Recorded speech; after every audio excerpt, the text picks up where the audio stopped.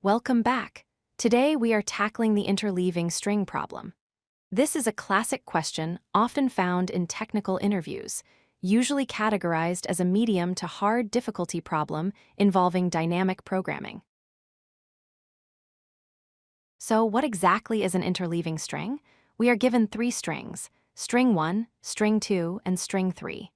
Our task is to figure out if string 3 is formed by interleaving string 1 and string 2. Crucially, the relative order of characters from each original string must be preserved. Let's look at a valid example. Here, string 1 is obg and string 2 is dbbca. String 3 is formed by mixing these two.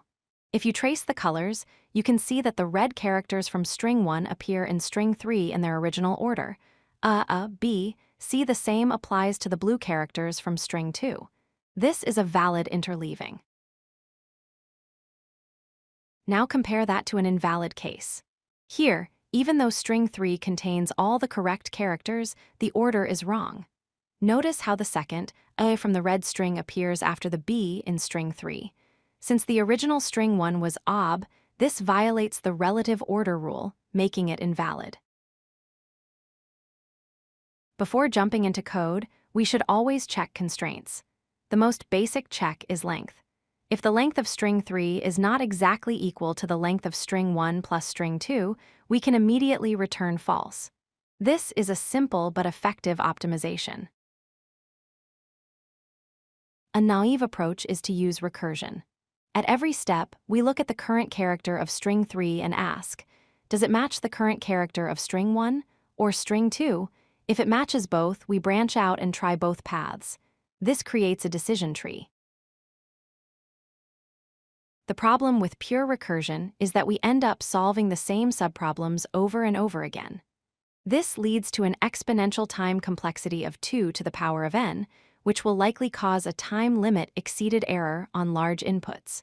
To fix this, we use dynamic programming.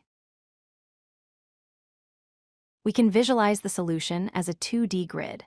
The rows represent characters from string 1 and columns from string 2. We are trying to find a valid path from the top left to the bottom right. A cell is marked true if the prefix of string 3 can be formed by the prefixes of string 1 and string 2 ending at that cell. Here is the logic for filling that table. We iterate through the grid. For each cell, we check two things. Can we arrive here from the cell above? That means the current character matches string 1. Or, can we arrive from the left? That means the current character matches string 2. If either is true, the current cell becomes valid.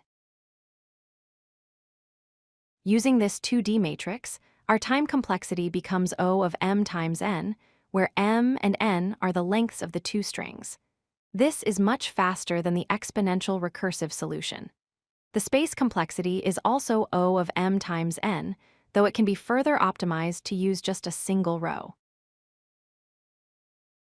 To wrap up, always check lengths first. Remember that recursion is slow due to overlapping subproblems.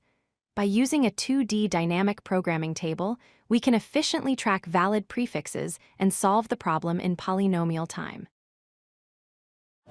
If you like this video, hit that like button and don't forget to subscribe. Visit codelucky.com for more such useful content.